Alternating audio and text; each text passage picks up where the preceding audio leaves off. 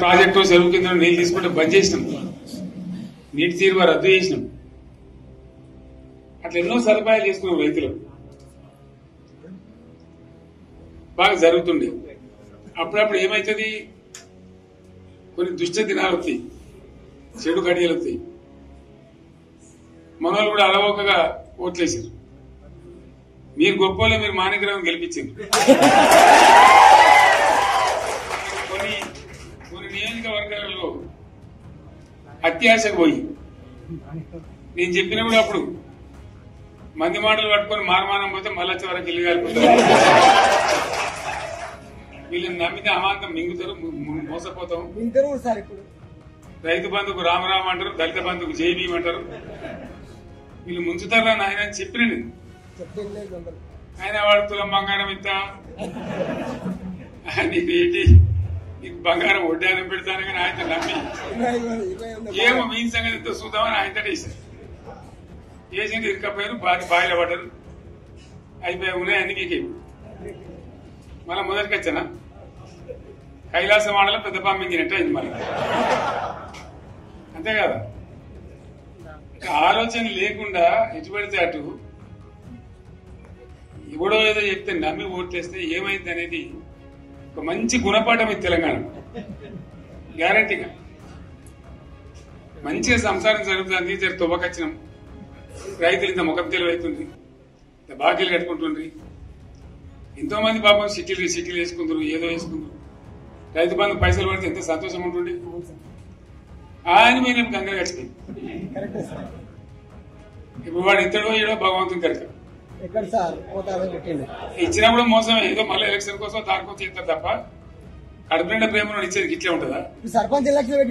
మనం ఉన్నప్పుడు కరోనా వచ్చింది. కరోనా వస్తే కూడా రైతు బంధు ఆపలేదు.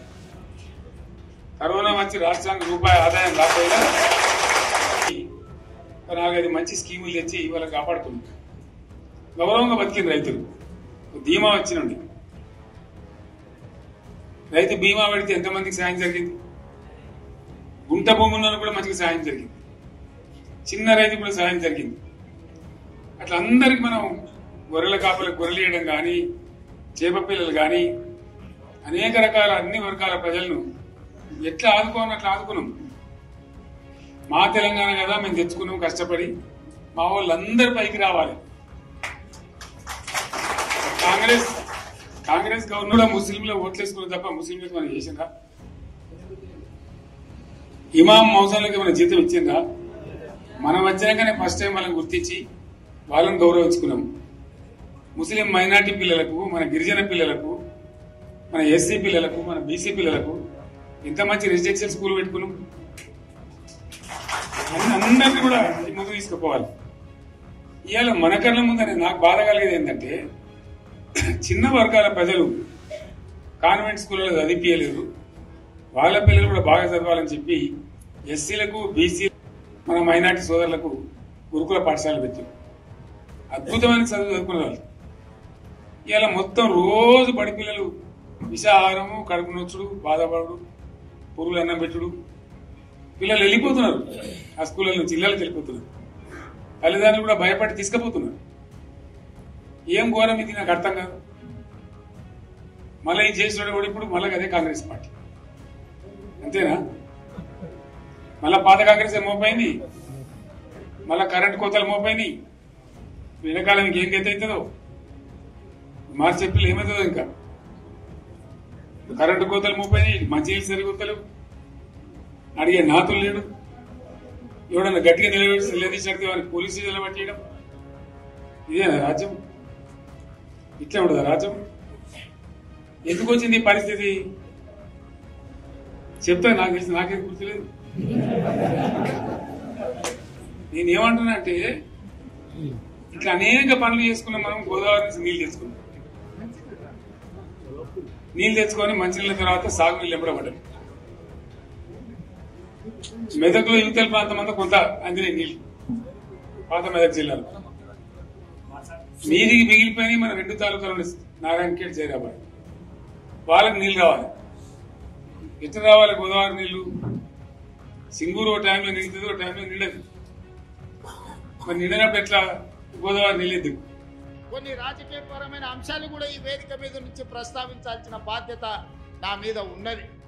ఆయన ఆనాడు 70,000 కోట్లతోని 2014 జూన్ 2 నాడు మనం రాష్ట్రాన్ని వారికి అప్పచెప్తే 16,000 కోట్ల రూపాయల మిగులు బడ్జెట్ తోని ధనిక రాష్ట్రంగా వారికి అప్పచెప్తే 10 ఏళ్లు తిరిగే లోపల 7 లక్షల కోట్ల రూపాయల అప్పులు చేసి ధనిక రాష్ట్రాన్ని దివాలా రాష్ట్రంగా చేసి చివరికి రైతు బంధు పథకాన్ని కూడా ఇవ్వకుండా ఎన్నికలను అడ్డం పెట్టుకొని పారిపోతే నేను ముఖ్యమంత్రిగా బాధ్యత చేపట్టిన ఎంబడే ఆయన గారు ఎగ్గొట్టిన రైతు భరోసా పథకంలో 7,625 కోట్ల రూపాయలు 3 నెలల్లోనే 72 లక్షల రైతుల ఖాతాలో వేసి ఎగ్గొట్టి పారిపోయిన ఆయన కాదు.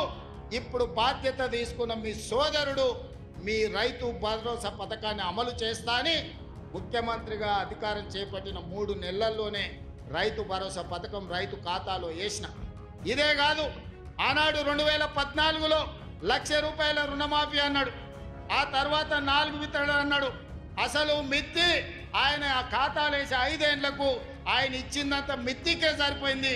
అసలు అట్లనే రైతుల నెత్తి మీద మిగిలిపోయింది. మళ్ళీ 2018లో అదే మాట ఇచ్చిండు. అప్పుడేదో చెప్పినా సోయి లేక ఇప్పుడు మళ్ళా 1,00,000 రూపాయల హామీ ఇస్తున్నా మళ్ళీ నీకు చేస్తాను. అధికారంలోకి వచ్చిన ఎంబడే మళ్ళా పాడిందే పాడరా పాసుపండ్ల దాసరి అన్నట్టు మళ్ళీ 4 విడతలు అన్నాడు. నట్టేట ముంచెండు. చివరికి ఆయన 2014 నుంచి 2023 డిసెంబర్ వరకు ఆయన రైతు రుణమాఫీ చేసింది 18,000 కోట్ల రూపాయలే. 2018 నుంచి 23 వరకు 11,000 కోట్ల రూపాయలు రైతుల ఖాతాలో వేస్తే అందులో 8,500 కోట్ల రూపాయలు మిత్తికే సరిపోయినాయి. ఆయన చేసిన రైతు రుణమాఫీ నికరంగా 3,000 కోట్ల రూపాయలే. కానీ మీ సోదరుడిగా, మీ బిడ్డగా, పాలమూరు బిడ్డగా, నల్లమల్ల అడవులో నుంచి వచ్చిన నేను ఒక రైతు బిడ్డగా 2 లక్షల రూపాయల రైతు రుణమాఫీ చేస్తా అని సరిగ్గా 60 రోజుల్లో 25,50,000 మంది రైతులకు 21,000 కోట్ల రూపాయలు 2 లక్షలు రుణమాఫీ చేసి ఇచ్చిన మాట నిలబెట్టుకొని మాట తప్పని మడమ తిప్పని పార్టీగా ఈరోజు 25,50,000 మంది రైతులకు 21,000 కోట్ల రూపాయల రైతు రుణమాఫీ చేసినాం. ఇవాళ రైతు రుణమాఫీ చేయలేదంటున్నాడు. నేను సూటిగా సవాలు విసురుతున్న చంద్రశేఖరరావు గారికి వేదిక మీద నుంచి, ఫామ్ హౌస్ లో ఉండి వచ్చిన వాళ్ళకి జోలి చెప్పుడు కాదు, అసెంబ్లీకి రా, లెక్కలు చెప్తా. ఏ ఊర్లో, ఏ తండాలో, ఏ గూడెంలో ఏ రైతుకి ఎంత రుణమాఫీ చేసిందో 25,50,000 మంది రైతుల వివరాలు శాసనసభలో పెడతా. 21,000 కోట్ల రూపాయలు ఎవరి ఖాతాలో వేసిందో నేను లెక్క చెప్తా. నీకు చిత్తశుద్ధి, నీకు నిజాయితీ ఉంటే రా, వచ్చే అసెంబ్లీలో నువ్వు మాట్లాడు, అడుగు. అదేవిధంగా ఆనాడు నువ్వు 5,000 రూపాయలు సంవత్సరానికి రైతు బంధు కింద 10,000 ఇస్తే నేను ఎన్నికల్లో 15,000 ఇస్తా అని చెప్పిన. కానీ ఏ రోజు కూడా చంద్రశేఖరరావు గారు మనం అప్పుల్లో లేవు, మనం ధనిక రాష్ట్రం, మన దగ్గర సంచుల కొద్దీ గుమ్మీల కొద్దీ రూపాయలు ఉన్నాయని అబద్ధాలు చెప్పిండు. వచ్చి చూస్తే గుమ్మీలు ఖాళీలు ఉన్నాయి. గుమ్మి కింద పందికొక్కులాగా కేసీఆర్ కుటుంబం మొత్తం తిని కూసున్నది.